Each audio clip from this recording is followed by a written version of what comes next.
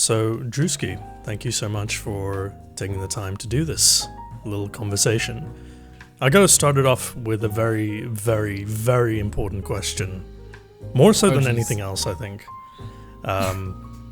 Cones. Where and why has that become the thing? Where and why? So, like, seriously, why has that become the thing? Like, yes. Okay, so I ended up making a video at one point, from hearing a lot of the community talks about, like, things like aim assist, usually in a more negative manner, but also says things like bloom and, like, all these kind of things that we kind of know about, but don't quite know about because it's hard to know about these things without obviously being a developer and having the tools to probably play with these things. So I did an extensive, crazy amount of research because I felt like I was kind of tired of hearing a lot of misinformation around the topic, and ended what started as one video talking pretty in depth about the fundamentals of, like, aim assist in Destiny 2, what it means, how the aim assist stat in the database that we see is actually just a modifier for I believe the size of the aim assist cone. It's not, as far as I know. I could always be wrong. Yeah, I did say the thing. It's not as much tied to the reticle friction, like everyone has a belief that, higher aim assist stat, controller reticle friction doesn't matter on M&K. I want to clear all that kind of stuff up, and then also talk, like, a lot about accuracy and what that means, and bloom, and kind of tie this all back to, like, where does M&K stand with this? Because a lot of people have, like, certain premonitions about that. How does this relate to controller? What are the actual differences? And the biggest thing that I found was that a lot of it is readable through the crosshairs of, like, hand cannons in game. They actually are super, super useful for the information that they tell you. And then since then, it was like I would talk about the next video. It's like I felt like I broke this kind of a barrier where I'm like, given if it's correct, if it's all as I believe it is, but, I'm always open to the possibility of being wrong. Well, considering that nobody's really made alternative content to sort of challenge this, I think either you're a mad scientist and you've done this all to yourself, or you're correct. And I think the truth is somewhere in between. Yeah. So it's like I just kind of felt like I broke this barrier for depth and had this understanding now of, like, weapons and perks and what was valuable that I didn't have before. So, like, every single video after was like, okay, so this weapon's really good because this accuracy cone and, like, this exotic lets you improve your accuracy cone. And, like, it's just everything felt like, in terms of gunplay, it came back to, like, you want high accuracy, high aim assist, a really tight accuracy cone and a very generous forgiving aim assist cone. And then it just became a meme. People just started commenting, like, cones, and it was pretty funny. And now you're the cone guy. Congratulations. I'm cone man. The whole idea for this video and the whole reason I wanted to sit down and talk to you is actually it came out from one of your, I'm not going to say recent stream because I think it was over a month ago, but I just jumped in and we started playing games and we had this huge long discussion about everything and nothing at the same time, where we're talking about various facets of the game, and you had somebody in your chat saying, I could listen to this for 20 minutes. So here's this being 20 minutes, maybe longer. Let's begin this conversation by actually going back to what you just said with respect to controller and M&K, and how aim assist affects things differently for the input method. Destiny 2 doesn't have input-based matchmaking. Very few games do. I think Halo is starting to float that idea with Infinite. With respect to Destiny, there seems to be a very strange conversation that happens when it comes to controller versus M&K. There seems to be a stigma against people playing controller on PC. Now, I don't know where this came from, because when you use two sticks versus precision input methods, you need a little bit of a helping hand. Where in your opinion, as a controller player and as someone who's been in around the top players of Destiny and some of the scenes that are contained therein, where did the stigma come from? And are some of the preconceptions against controller players justified in any sort of way?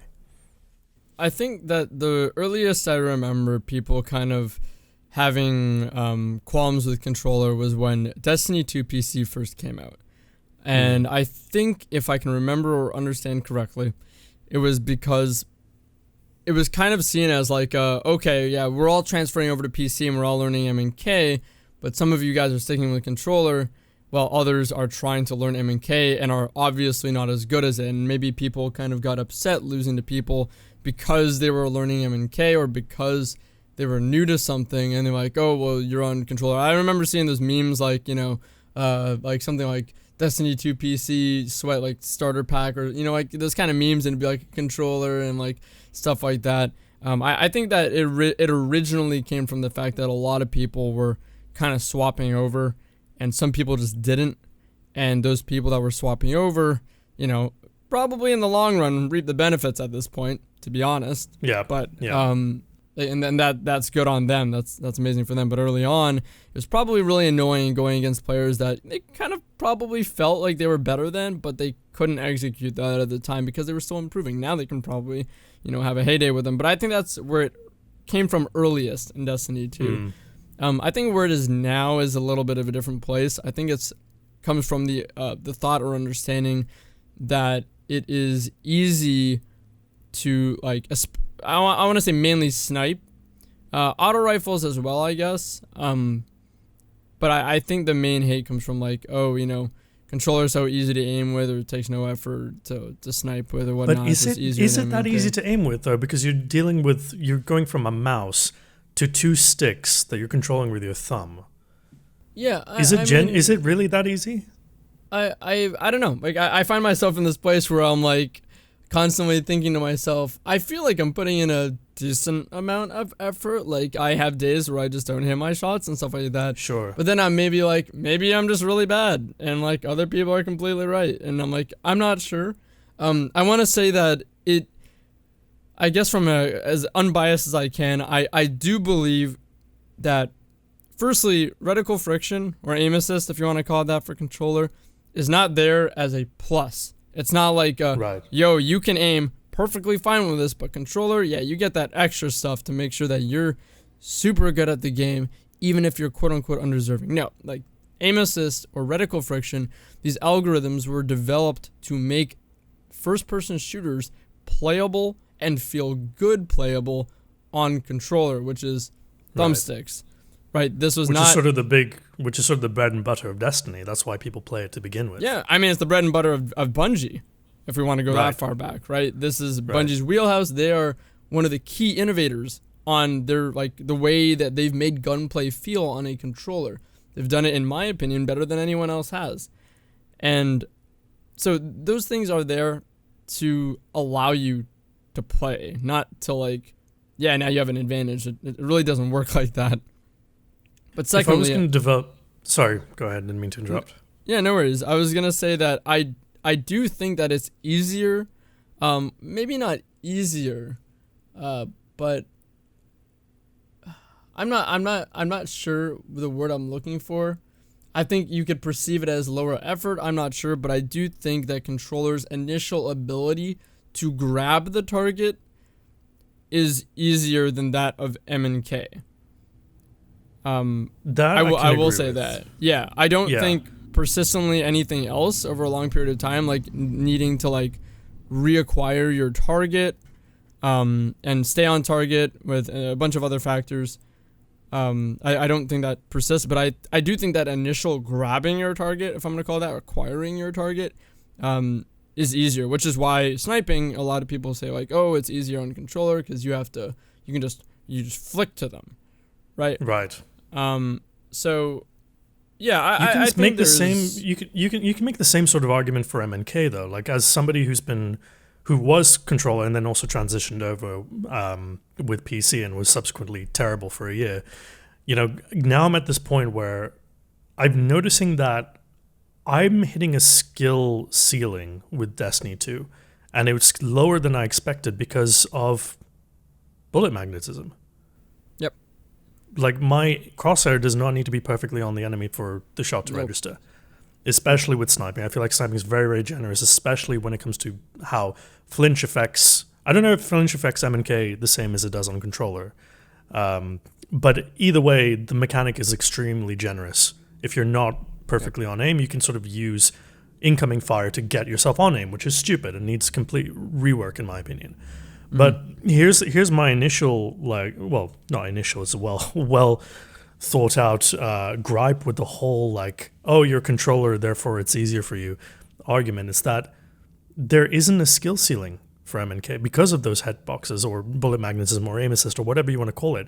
The fact is, M&K players have it much easier in Destiny 2 than they would have it on, I don't know, Valorant or CSGO. Yep. And yet you still have the same sort of elitism. I don't understand it. Yeah, so that's what's weird to me, and I think that's what's like a special case about Destiny is that I was gonna say, as much as I believe it's you can make the argument, I'll say that it's easier to kind of acquire or grab your target on controller initially. I think at the same time, Destiny is a game that has a very copious amounts of bullet magnetism, which is classified as aim assist, by the way, in the game. Aim assist, like reticle friction is what people know as aim assist, and then aim assist is what people know as bullet magnetism, I guess, in terms of Destiny like jargon. Hey, don't you love it when things are clearly explained in Destiny? It's just like you're playing a game that like it's not CS:GO, it's not Valorant, it's not a lot of these other games that emphasize the true precision of a mouse, this kind of pixel perfect aiming, if you will. Destiny is a game that is very, very, very generous, and it is very generous to M&K in many ways as well, which is what confuses me about the controller and M&K argument. Because again, as much as I am willing to accept and willing to acknowledge the ease of kind of grabbing your target on controller, for a well-seasoned M&K player, you're not exactly demanded this higher degree of precision than controller. It's I think for a well-seasoned M&K player, someone that has experience in FPS, maybe not insane experience, but enough, I want to say average to above average, they are most certainly going to be able to snipe with far more ease than other games. And, of 100%. course, in this current state of the meta that we're in, you could also classify this as just a sniper problem, but I think it's across the board. You can see a lot of, one thing that I found is that there's potentially higher bullet magnetism with mouse and keyboard, and for sure higher accuracy. So if it's not higher bullet magnetism, there is higher accuracy, which by proxy means you are having better chance at getting your bullets to have like aim assist on it, essentially. My whole standpoint on the controller M&K thing is like, let's call a spade here. For an experienced or seasoned FPS player, no matter each input you're playing, Destiny is going to be a more forgiving experience overall for a well-seasoned FPS player. And I don't think there's anything wrong with that, because then it becomes a tangent. People will start saying, oh, well, yeah, this game takes no skill anyways. I certainly think there's skill, and I certainly think it still feels good to play. It's not a bad thing that it's easier to shoot in, particularly, but I digress. Going back to the question of self-improvement, I think a lot of people will tune into some high-level controller player streams, and they'll see how well they do at it. And there's such a delta between, when you watch a top-level streamer, there's such a delta between what you see and what you actually are.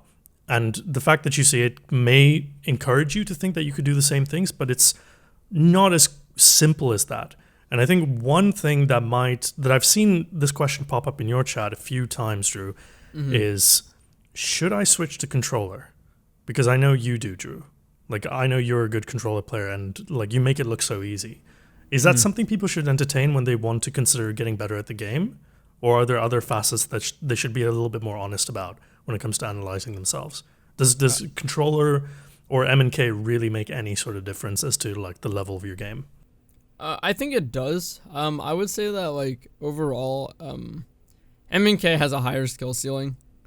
So what I often try and like tell people is, firstly, like, play with what you're comfortable with and what you see value in. It's the same thing that I like tell people about like their loadouts and stuff like that. If you see value in something, if you think, whether it's like for like whatever might be the dumbest reason or the best reason, like you just think like, wow, aim assist on controller is just so broken. All right, bro, play controller, dude. Like, do it up. You see value in that, do it up.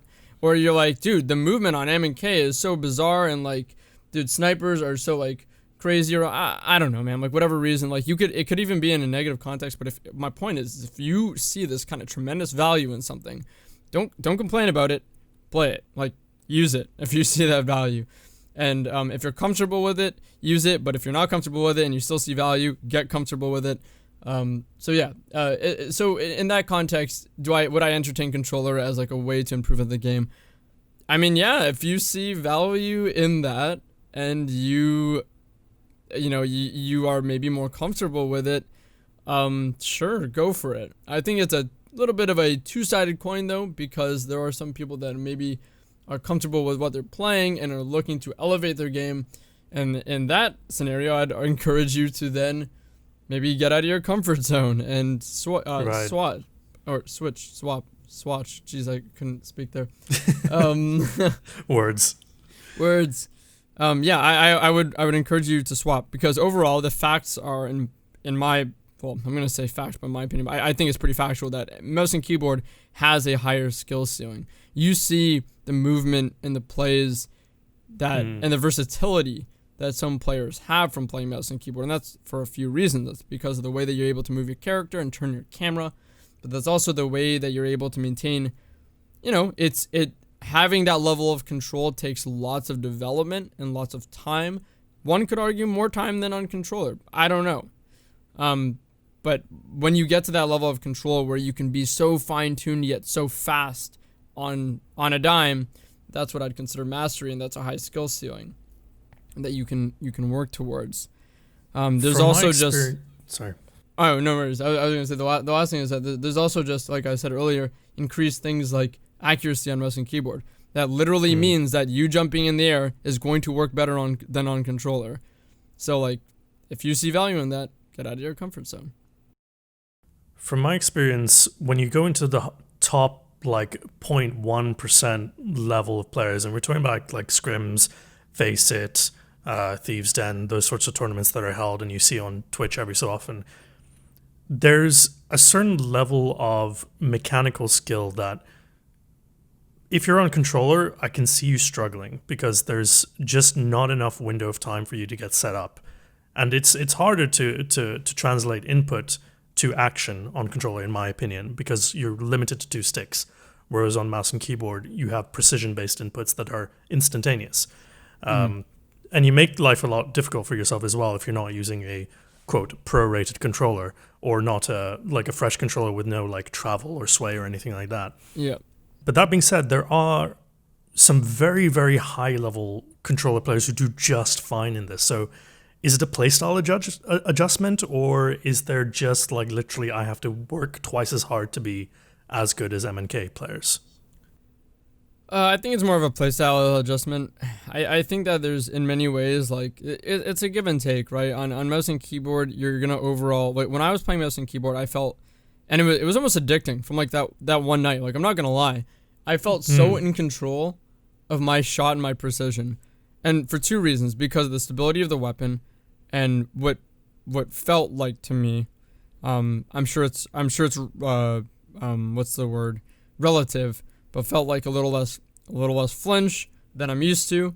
I felt like so in control of my aim, and because of the stability, because of the precision of a mouse, like it didn't feel random. There's an element of randomness with controller, with aiming on controller, that it almost feels this way, at least, because when I'm playing with thumbsticks, like I'm flicking towards the name of the game with controller is like constantly reacquiring your target. When I'm using a hand cannon and I'm in a gunfight, I'm flicking towards the head, right? And then I'm being knocked off by both flinch and recoil. And the skill in controller is constantly reacquiring your target. Right. And that's why that kind of recoil exists, because without that much recoil, a lot of the time it just becomes like a lot easier. But I mean, the second skill of it is using your movement to make fine movements that you can't make with the right stick, and kind of combining that, but not really important right now.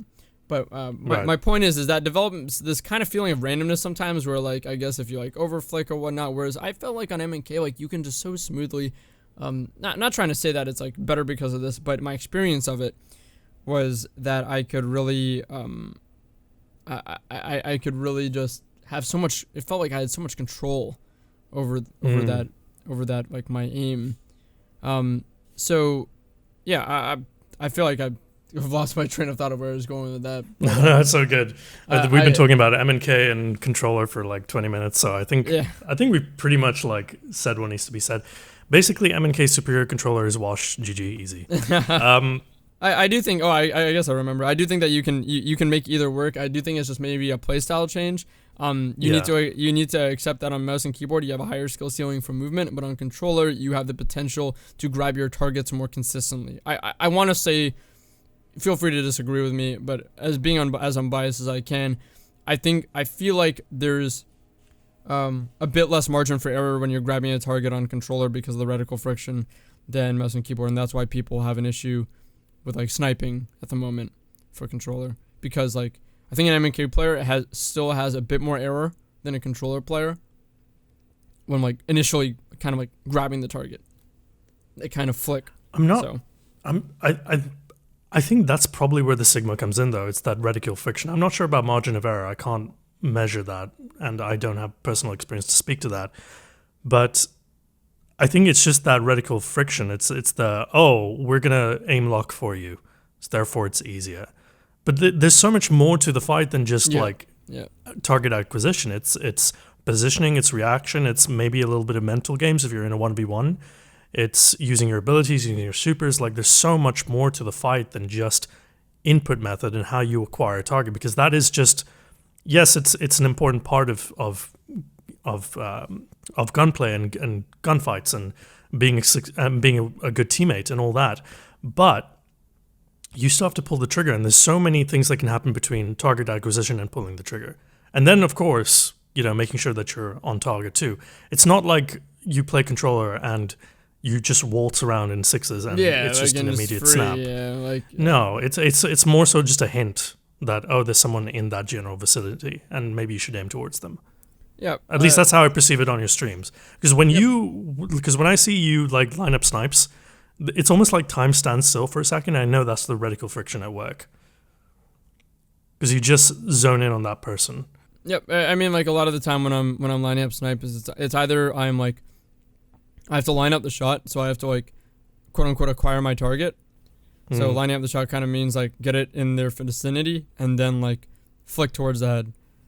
Like, right. Which is again 100% a playstyle thing. It's not like you're working with your playstyle is complementing your input method there. Yep. And then for like smaller inputs, it's like I will literally just be aiming with my character movement because I can't make those fine movements on the right stick. Like I have to just kind of follow them until it lines up and be like, all right, there we go, lined up.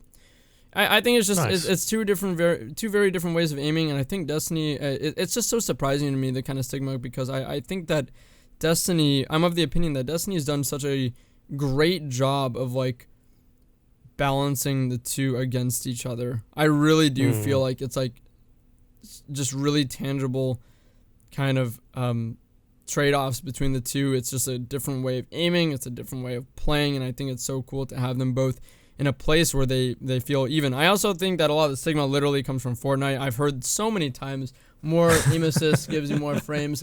I've done some brief tests myself and not seen that to be the case, personally.